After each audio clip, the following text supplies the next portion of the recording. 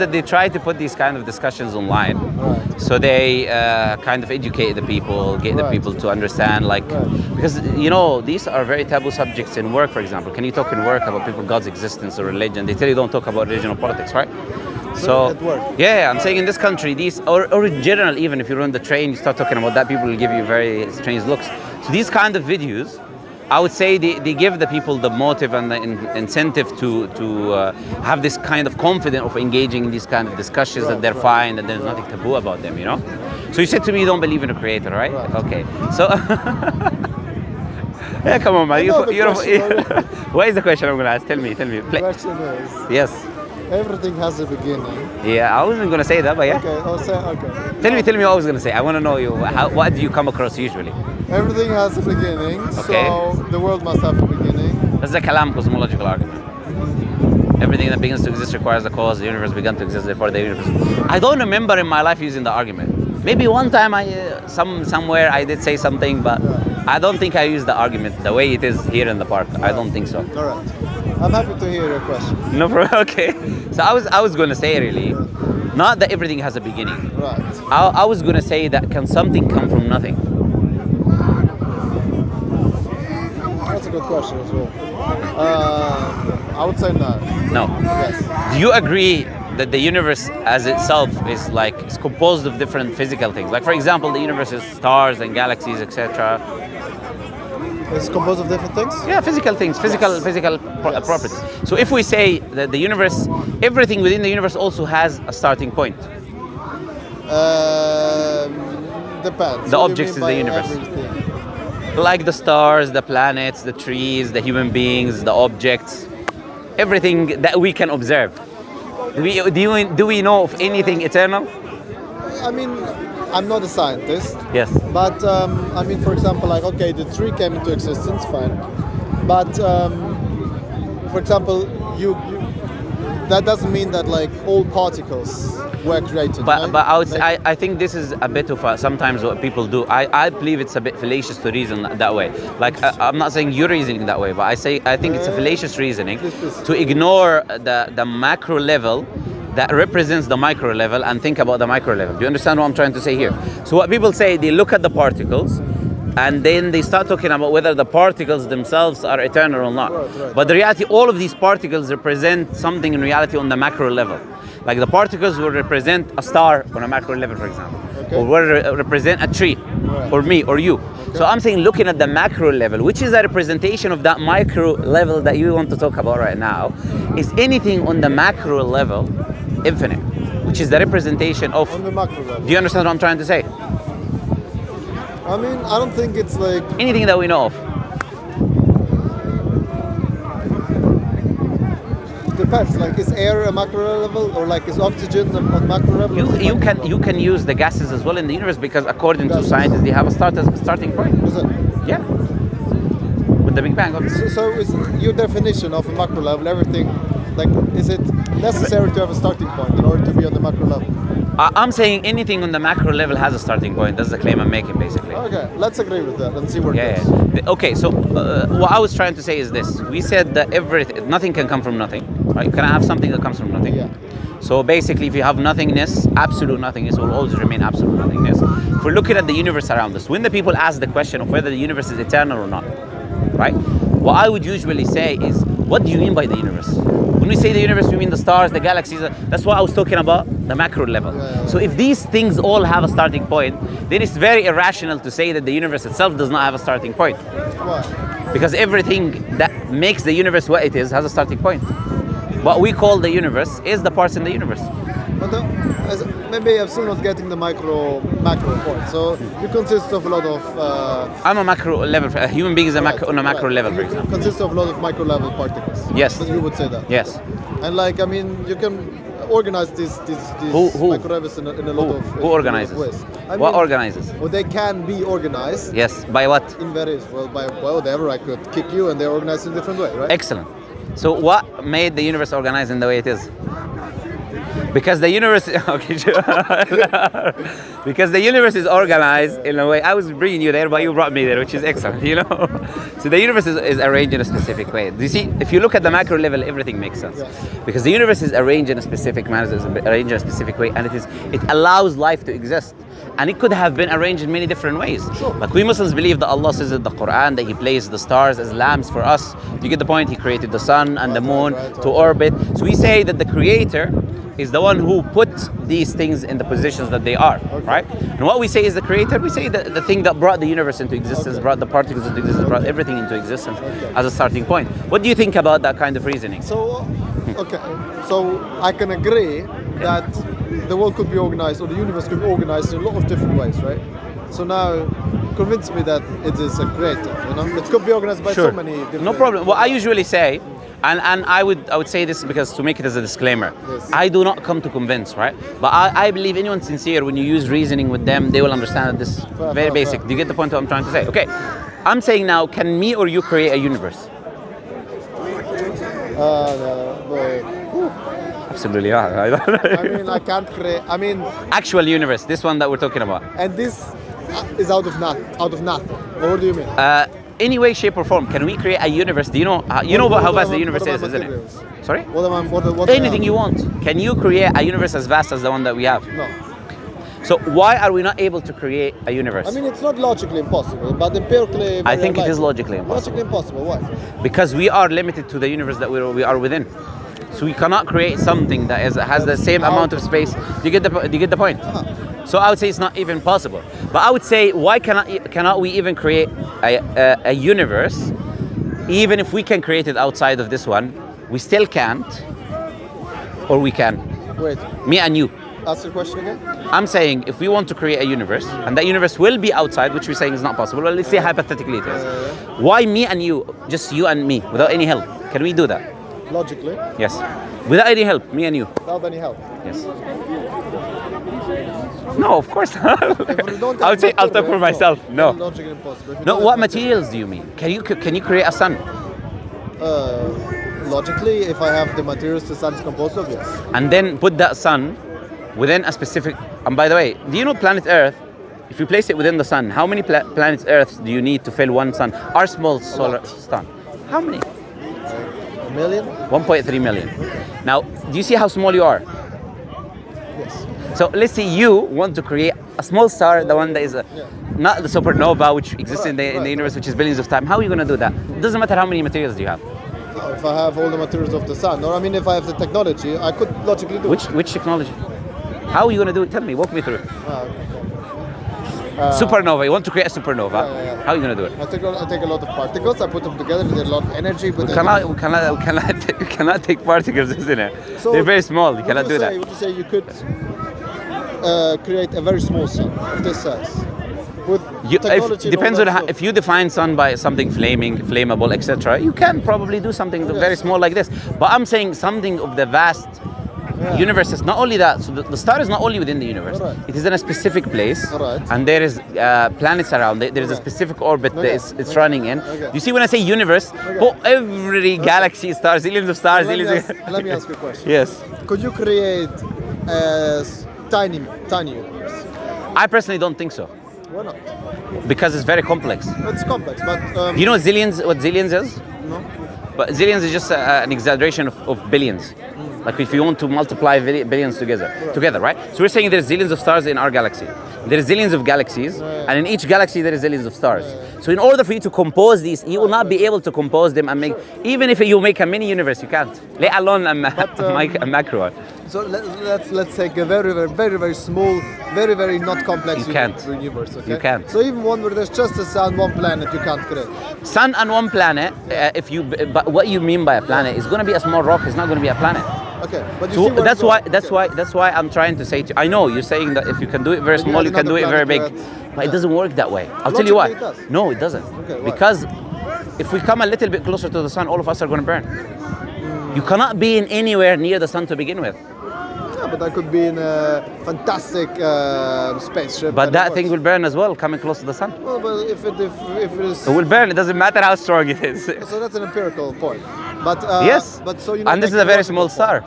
You're not making a logical point. You're making an empirical point. It's far impossible to create a universe because we have to get close to the sun and we burn. No, I'm making the logical point. This logical point is that we are limited, and our limitations are never going to allow us to be able to create something that are outside of these limitations. This is the logical point that I'm trying to make.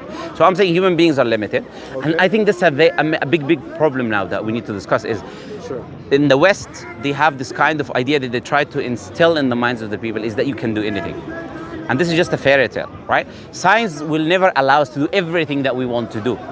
You get the point of view? We have limitations as human beings, and we will always be limited. Just like your eyesight is limited, you cannot see behind these trees, and your hearing is limited, you cannot hear there. Our minds that we also use are also limited. You get the point of view? And I don't think we're going to live long enough anyways, because the universe is coming to an end if you look at how the universe is going anyways. But leaving that outside of our discussion. Coming back to where we were. I'm saying if you and me cannot create a universe without, let's say even from nothing, let's use, because I didn't say from nothing, but let's say from nothing. If you and me cannot create the universe from nothing. I don't agree, but okay. From nothing? From nothing, fine. Yeah, okay. So you agree there, right? From nothing, okay. Yes, from nothing. But the universe that we have today has to come from nothing. Why? Why can it not be there? Because it's not forever. Why can it not be there eternally? Sorry? Why can it not be there eternally? The argument that I started with. Which was? Is that when we say the universe, it is the micro thing within the universe. When I say universe, I mean galaxies, stars, space, I mean these trees, I mean human beings, and all of these things have a starting point. Therefore, when I say the universe, what do you mean? But why not? Why do you not talk about the micro stuff? No, I'm saying when you say the universe, what do you mean? You mean these objects that we talk about, which all have a beginning, therefore they're not eternal. That's a good point. What do I mean? Let's say material. What does matter represent? Huh? What does matter represent? Because the matter does not exist by itself like this. Like matter has to represent a micro something. Okay. Do you agree with me? A micro or a macro? A macro something. A macro. So matter has to represent something. So it's a building block for something in reality. So what about just one piece of matter? One piece of matter is already within something. Can you give me one isolated piece of matter from an existence? It cannot happen. Okay, but do you see? It separating both is where people come to this issue. But if you think about it rationally, matter doesn't exist by itself. It has to represent something on a macro level. If it is representing something on a macro level, looking at that something on a macro level, which is the matter, it has a starting point. So the macro level thing exists, okay. So it's composed of matter. Yes. Right? Everything is composed of matter. Right. But there is no isolated existence that is called matter by itself. It has to represent something within reality. I'm not convinced by that. Can you show me isolated matter separate from any existence? I mean, no, but I can still refer to it as an isolated You can thing. refer to it, but it is like me referring to a piece of your skin. Yeah, what's so wrong about that? No, there is nothing wrong about that, but a piece of your skin is what makes you. You are pieces of skin in reality. Yeah. So that is what makes a human being. So me referring to a part of you and ignoring the reality that this is just making a holistic big thing, then you're leaving the box and you're looking inside the box. You get the point? So the reality is looking at the micro level. Everything in existence has a starting point on a macro level. On the macro level. And everything in existence is composed of matters. I agree that on the macro level everything has a starting point. And this not logically, but empirically. Yes. And I don't agree that we can just neglect the macro level question by saying it has to represent. No, I said even if you neglect it, this matter has to be, as you said to me, arranged in a specific manner. And that will require. Remember when we said the matter is arranged in a specific manner to make a planet or make a star? Yes. My question is, that will require by necessity something outside of the universe to arrange the universe the way it is. That does not follow. Why? Why does that follow? So what is the explanation for them being arranged the way that they are? The way that they allow life to exist, the way that they are very complex systems, the way that they... Why? Do you know, let me tell you something. Some of the Quranic verses, what the Quran says. The Quran says Allah sends rain from the sky. The rain drops at the plants. The same water comes from the sky, right? Not different water. Wherever you are, is the same water coming. These trees are growing. Different trees are growing. Different leaves are coming. Different flowers are coming in different shapes, different colors, different fruits are coming. These different fruits are all different. Within these different fruits, there is different nutritional values. Right? You know, in Spain, in some parts, there is olives. Right? There is 500 types of olives, they all look the same. Quran says مشتبها وغير متشابه. They look the same, but they're not the same. They have different nutritional values. They produce different oils, right? Okay. They are helpful for specific people, are not helpful for other people. Good. Right? So I'm saying the way that the universe it is, the universe the way it is today, it helps us to live. This tree gives you oxygen, takes your carbon dioxide. Does that help you to function? I would say so. Yeah, absolutely. The ozone sphere is 0.004 carbon dioxide. If this tree is not there, we'll be living in a flammable ball of fire. If the sun was closer, we'll burn. If it was further away, we'll freeze. The way that planet Earth is fine-tuned, the argument that they usually use, which is called teleological argument, shows you that there has to be an intent behind the way it is. Why does it show me that there has to be an intent? Because if you leave things by themselves, they tend to become chaotic. They don't get organized. When you leave your room for 100 years, it doesn't become the museum of London, you know. So let's. Yes. I want to talk about this, this organization aspect and this chaotic and this complexity aspect. Yeah, but do you agree with me also? Oh yeah, go ahead. Sorry. No, I want you. No. I want you to finish. Sorry. Go ahead. So. You say we live in a sort of like perfectly complex, organized system. Yes.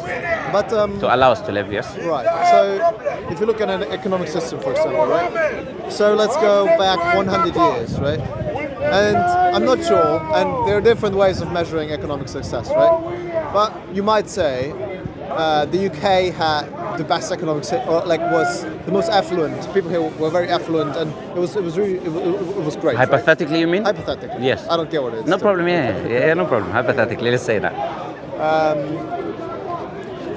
Nowadays, we would say that was a devastating state, because nowadays, let's just compare the UK with the UK back then. The UK nowadays is much better off than the UK 100 years ago. Right? Basically, depends on what you mean by better. Yeah, absolutely. Would you agree with me? Because someone, I say, many people would say that they would live a far better life in the past than they do today.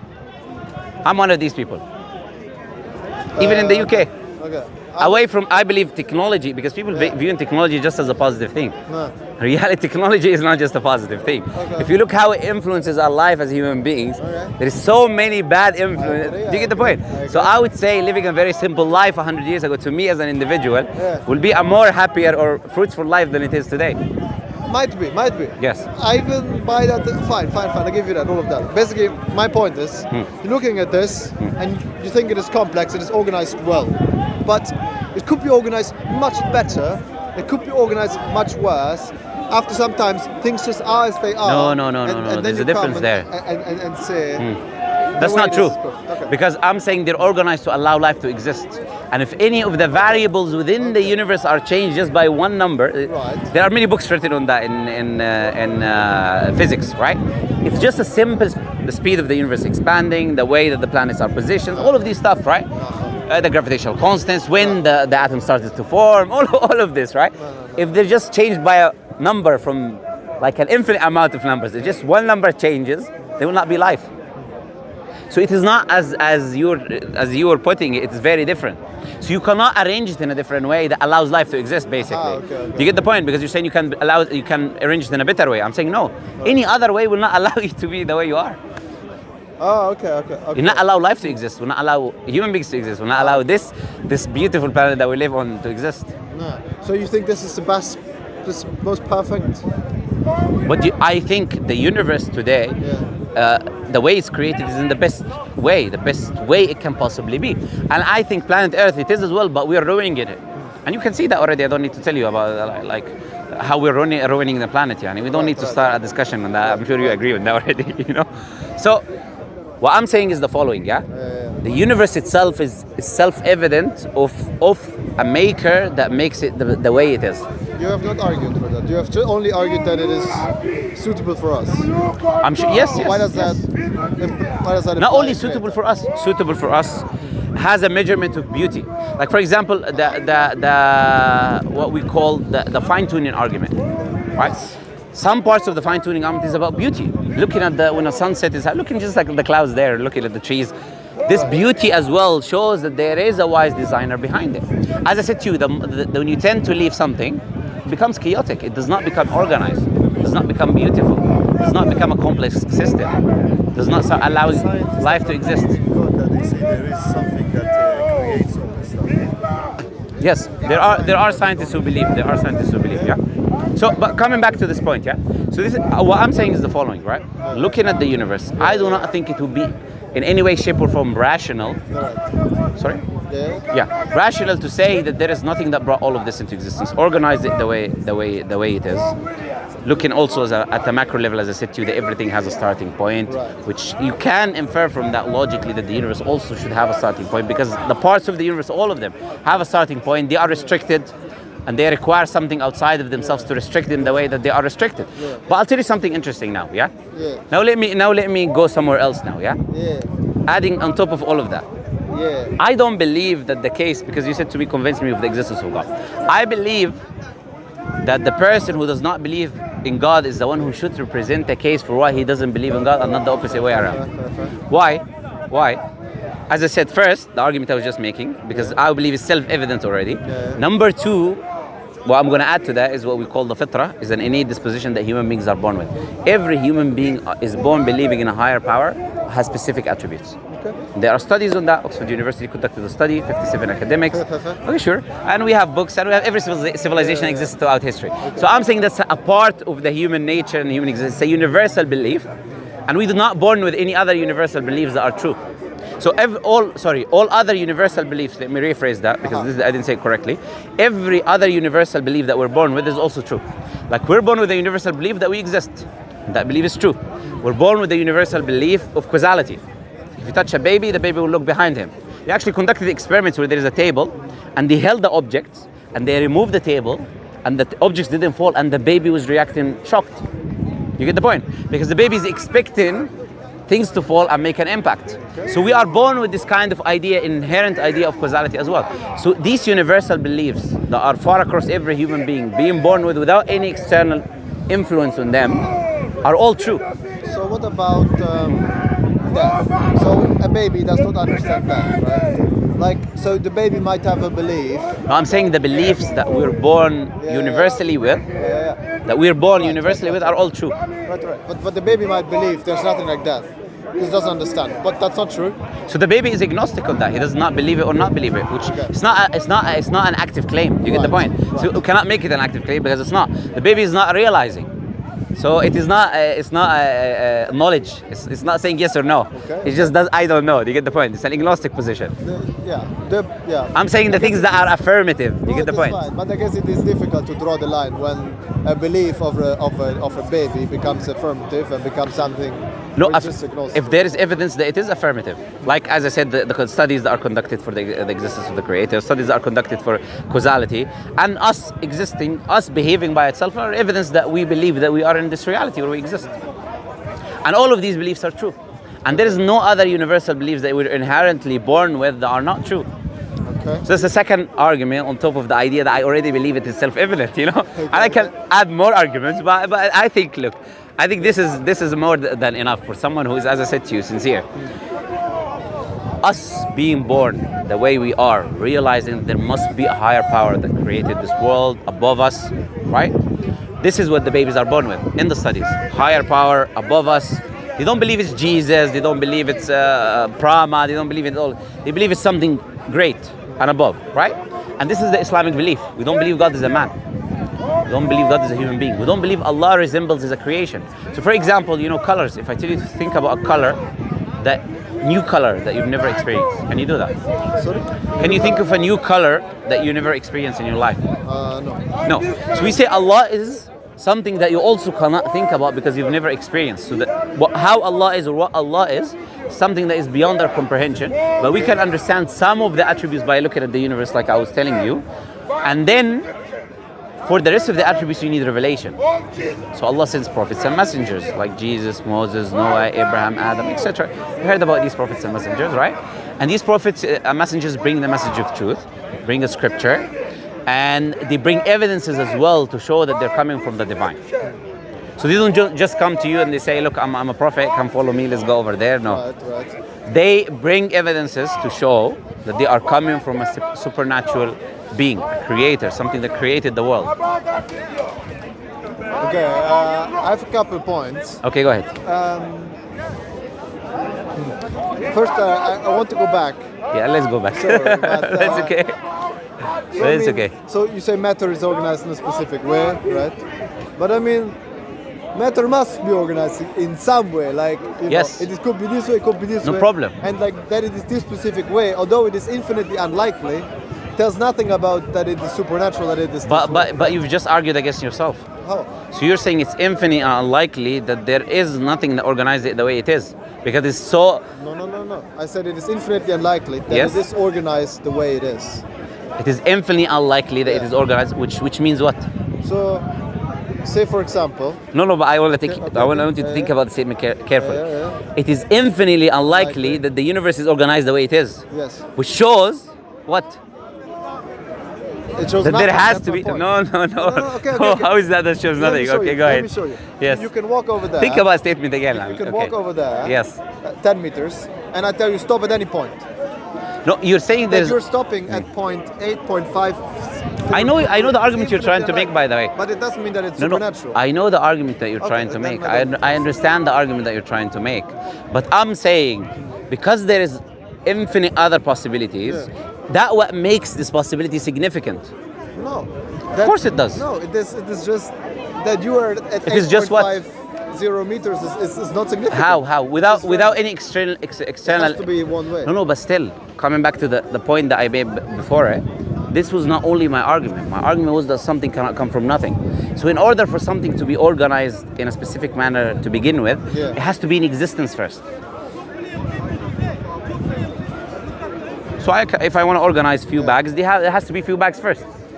Yes. Right. So there has to be first this universe that I was saying to you on a macro level, it all has a beginning, it has a starting point. So my argument is linked. You get the point.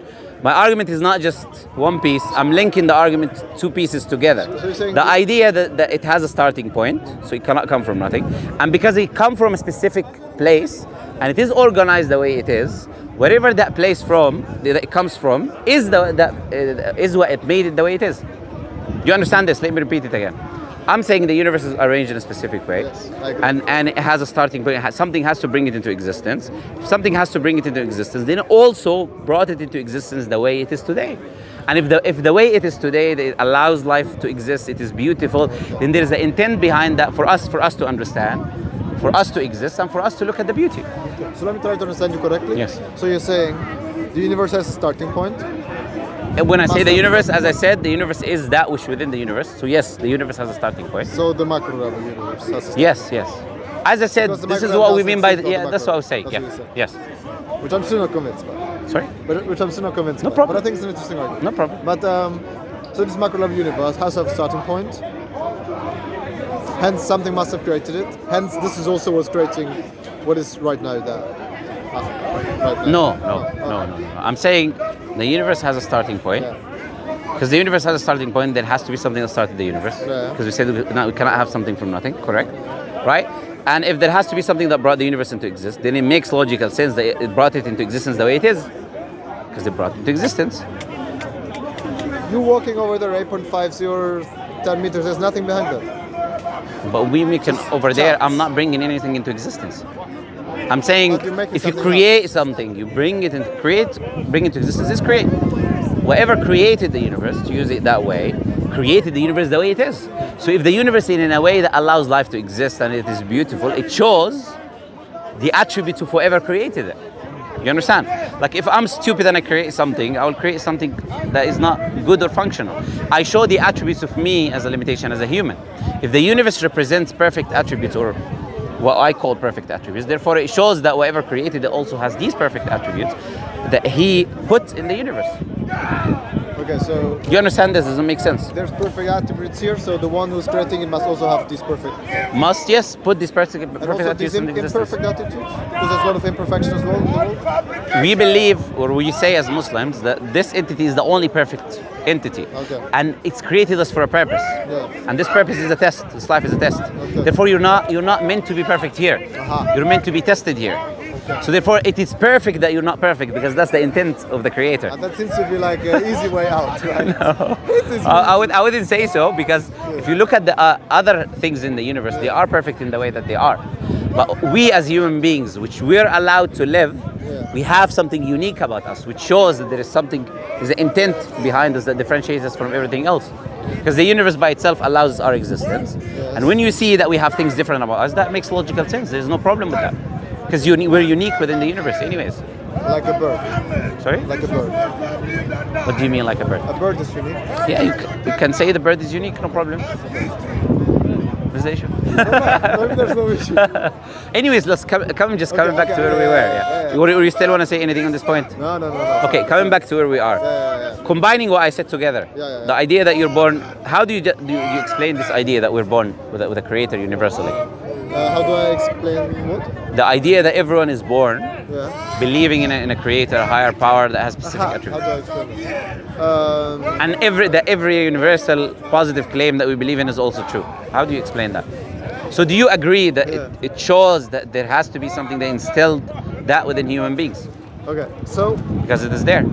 that sounds weird because like a 1 year old, how can they think of how do you even assess that they think in a superpower? If you look at the study, I don't believe it was on 1 year old. Yeah. It was on 3 to something, I believe, 3 to 6, 3 to 5.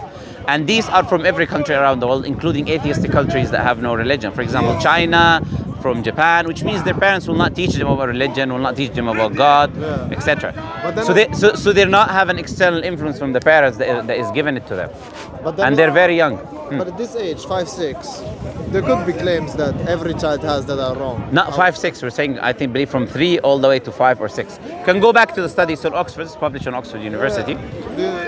Yeah, if you Google it around, it'll come up. I don't have a phone, but what is it called? Do you know? It's just if you just say Oxford University study inherent belief in God or innate belief in God, it will come up straight away. It's a very popular study. Okay.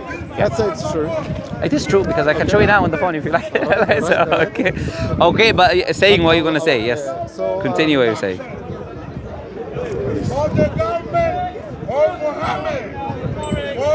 I don't know. I have to think about it, to be honest. But Think about it. I mean, thinking about evolutionary theory. So what is useful? What is I mean, Oxford University. also if you look at it like I mean, just like every culture used to have a religion, right? Like the atheist cultures are not really that common, right?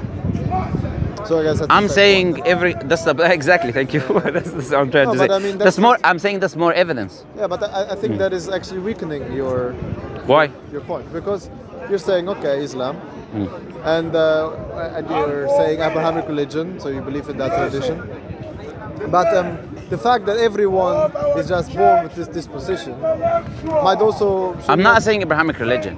Sorry? I'm not saying Abrahamic religion. Is Islam not an Abrahamic religion? It is, but I'm not saying that they're born with a belief in an I'm Abrahamic just saying, religion. like, You know. If I am born with a certain. I'm clarifying just what I'm saying. Okay, right. Yeah. So I get it. Yeah.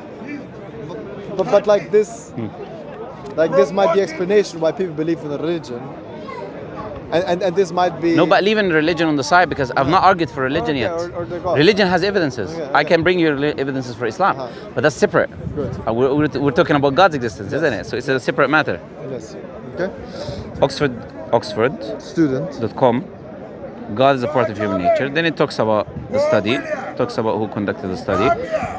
Dr. Justin Barrett is the one who conducted the study. Justin Barrett, 50 academics. And you can read if you want to read this online. It's available. Okay. Want to read? Okay, no, I'll read it, but okay, I'll read it. Fine. Yeah.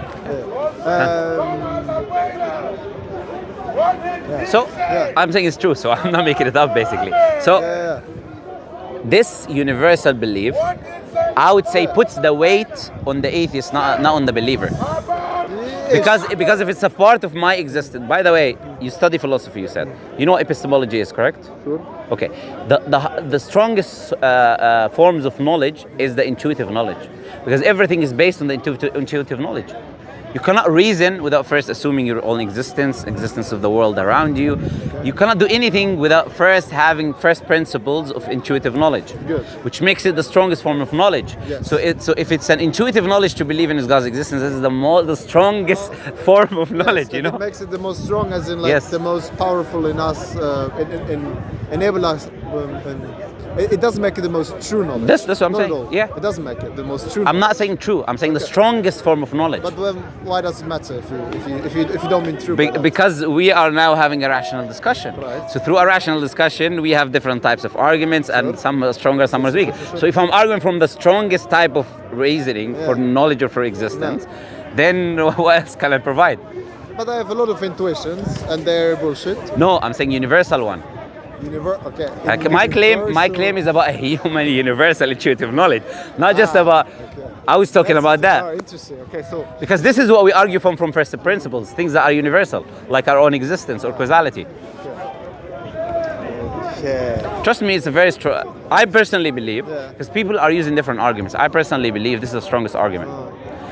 For God's existence, the idea that already it is a case that it makes itself, it's made by itself. The Quran says the existence of Allah is as true as you speaking, or this religion or the Quran is as true as me and you speaking. It's an observable fact. It's something that is self-evident, that does not require argumentation to begin with. So there must be an intuition to be atheist as well, though, right? Because otherwise, why would we? No, I don't think anyone is 100% atheist. Everyone deeply. That's why when a plane is crashing, they scream God. When there is that comes out. That comes out in these situations. I believe that innate belief is within every human being, and I will show the evidences for it. But that comes out because it can be clouded by the society. Why is atheism spread recently? Because of the new atheist movement that put the ideas intellectually, clouded this position that was there. If you go back a few years, as I said to you, you find very rarely any atheists in the society. Do you get the point? Why? Because there was no one trying to cloud that position, which is innate. If you go to the parts which I have been, the farms or the parts that are away from city and stuff like that, I hardly met anyone that doesn't believe in a creator. And if they don't, it's an emotional argument. X happened in my life or to my parents or my friend or etc. Therefore, I don't believe in God. But X happening to you is not an argument against God's existence. So it becomes an emotional thing. Yeah. If you assume it's perfect, like perfect according to whose definition of perfection? Okay, but you have to have some. I mean, you're saying you know. I was just saying to you that it is perfect for its intent. You get the point. We are here to be tested. If we are here to be tested, you have to have the choice to do right and wrong. Correct? If there's a test, you have to have two choices. Okay. Right and wrong. Right. So there will be people who do wrong, yeah. and they have to do that wrong in order for them to be accountable on the day of judgment for that test. You understand? So you saying there is bad, therefore there is no God is just. It's absurd, I would personally say. Why? Because a bad is a part of human's existence. Is that which makes you understand what good is as well. Because it's opposite. Would allow you to understand what good is. If everything was only good, you will not understand the concept of good. If everything was always bad, you will not understand what bad is. So this harmony is what allows you to explain.